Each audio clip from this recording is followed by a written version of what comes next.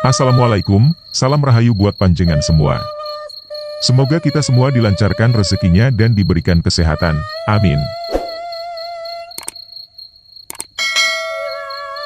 Syekh Subakir merupakan seorang ulama wali Songo periode pertama di bumi Nusantara. Dia dikirim ke Sultanan Turki Utsmaniyah Sultan Muhammad I untuk menyebarkan ajaran agama Islam di wilayah Nusantara, Indonesia. Konon Syekh Subakir telah menumbal tanah Jawa dari pengaruh negatif makhluk halus saat awal penyebaran ajaran Islam di Nusantara.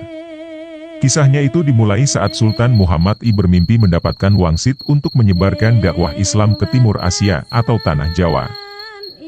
Adapun mubaliknya diharuskan berjumlah 9 orang. Jika ada yang pulang atau wafat maka akan digantikan ulama lain asal tetap berjumlah 9. Sehingga dikumpulkanlah beberapa ulama terkemuka dari seluruh dunia Islam waktu itu. Para ulama yang dikumpulkan tersebut mempunyai keahlian di bidang masing-masing. Ada yang ahli tata negara, berdakwah, pengobatan, tumbal atau ruqyah, dan lain-lain. Lalu dikirimlah beberapa ulama ke Nusantara atau tanah Jawa. Namun sudah beberapa kali utusan dari Kesultanan Turki Utsmaniyah yang datang ke tanah Jawa untuk menyebarkan agama Islam tapi mengalami kegagalan dan kebuntuan. Penyebabnya, masyarakat Jawa saat itu sangat memegang teguh aliran kepercayaan turun-temurun. Sehingga para ulama yang dikirim mendapatkan halangan, meskipun berkembang tetapi ajaran agama Islam hanya dalam lingkungan skala kecil saja, tidak bisa berkembang secara luas. Karena, penguasa tanah Jawa kala itu tak mengizinkan agama lain masuk dan berkembang di wilayahnya. Konon kala itu, Pulau Jawa masih merupakan hutan belantara angker dan dipenuhi makhluk halus dan jin-jin sangat jahat. Lalu diutuslah Syekh Subakir, ulama asal Persia yang ahli dalam meruqyah, ekologi, meteorologi, dan geofisika ke tanah Jawa. Beliau diutus secara khusus menangani masalah-masalah gaib dan spiritual yang dinilai telah menjadi penghalang diterimanya Islam oleh masyarakat Jawa ketika itu dengan harapan dia bisa berhasil menyebarkan agama Islam di tanah Jawa. Berdasarkan babat tanah Jawa, sesampainya di wilayah Nusantara, Syekh Subakir yang menguasai ilmu gaib dapat menerawang makhluk halus itu mengetahui penyebab utama kegagalan para ulama pendahulu karena dihalangi para jin dan dedemit tanah Jawa. Bahkan, para jin, dedemit, dan lelembut tersebut bisa merubah wujud menjadi ombak besar yang mampu menenggelamkan kapal berikut penumpangnya dan menjadi angin puting beliung yang mampu memporak-porandakan apa saja yang berada di depannya. Selain itu, para jin kafir dan bangsa lelembut tersebut juga bisa berubah wujud menjadi hewan buas yang mencelakakan para ulama pendahulu tersebut. Untuk mengatasi hal tersebut, Syekh Subakir sudah membawa batu hitam dari Arab yang telah dirajah. Lalu batu dengan nama Rajah Aji Kalacakra tersebut dipasang di tengah-tengah tanah Jawa yaitu di puncak Gunung Tidar, Magelang. Karena, Gunung Tidar tersebut sangat dipercayai sebagai titik sentral atau pakunya tanah Jawa kala itu. Efek dari kekuatan gaib suci yang dimunculkan batu hitam tersebut menimbulkan gejolak yang tak biasa. Alam yang tadinya cerah dan sejuk, matahari bersinar terang, damai dengan kicau burung. Tiba-tiba berubah drastis selama 3 hari 3 malam.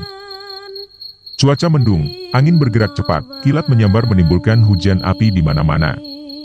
Gunung-gunung bergemuruh tiada henti. Lelembut, setan, maupun siluman yang tinggal di sana melarikan diri untuk menyelamatkan diri. Jin, peri, banaspati, kuntilanak hingga jai langkung semua hanyut dalam air karena tak kuat menahan panasnya pancaran batu hitam tersebut. Makhluk halus yang masih hidup pun terpaksa mengungsi ke lautan.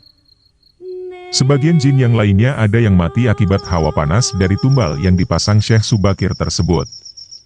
Melihat hal itu, konon penguasa tanah Nusantara yakni Sabda Palon, raja bangsa jin yang telah berusia 9.000 tahun bersemayam di puncak Gunung Tidar terusik.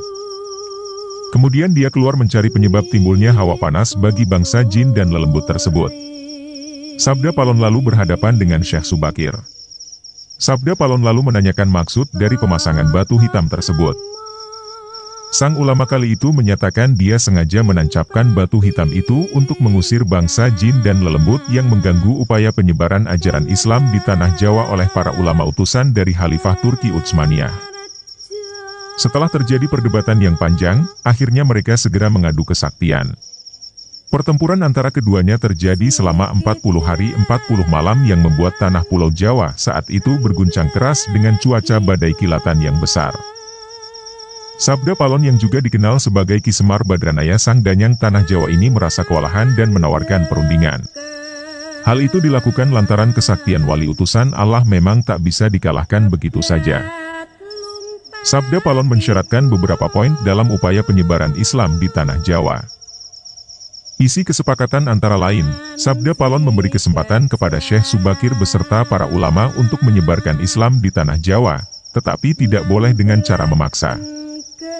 Kemudian Sabda Palon juga memberi kesempatan kepada orang Islam untuk berkuasa di Tanah Jawa, raja-raja Islam, namun dengan catatan.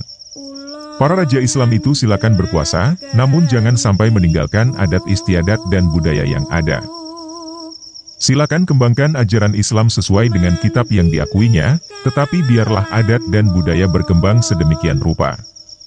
Syarat-syarat itu akhirnya disetujui Syekh Subakir agar dia menyebarkan ajaran agama Islam dengan tenang. Selain di puncak Gunung Tidar, Syekh Subakir juga membersihkan beberapa tempat angker di Tanah Jawa yang dikuasai para raja jin dan makhluk halus lainnya. Dalam versi lain diceritakan untuk membersihkan wilayah Gunung Tidar dari bangsa jin kala itu. Diceritakan Syekh Subakir membawa senjata pusaka berupa tombak Kiai Panjang. Lalu tombak pusaka tersebut ditancapkan tepat di puncak Tidar sebagai penolak bala.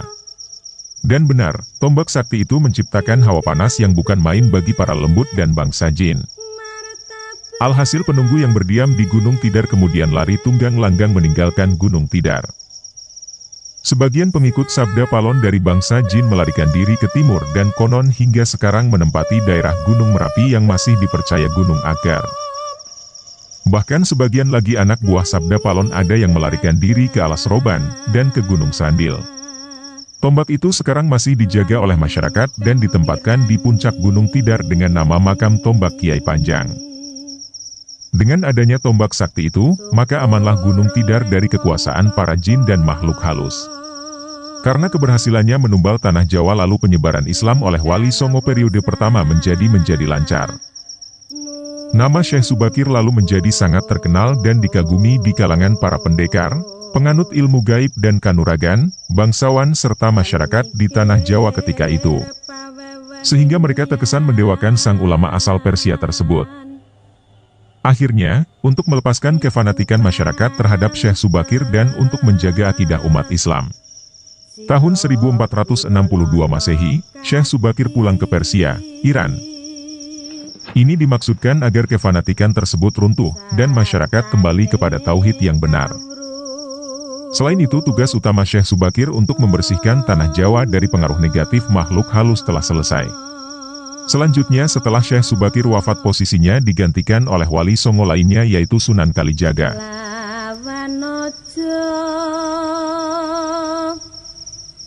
Memauni barang karya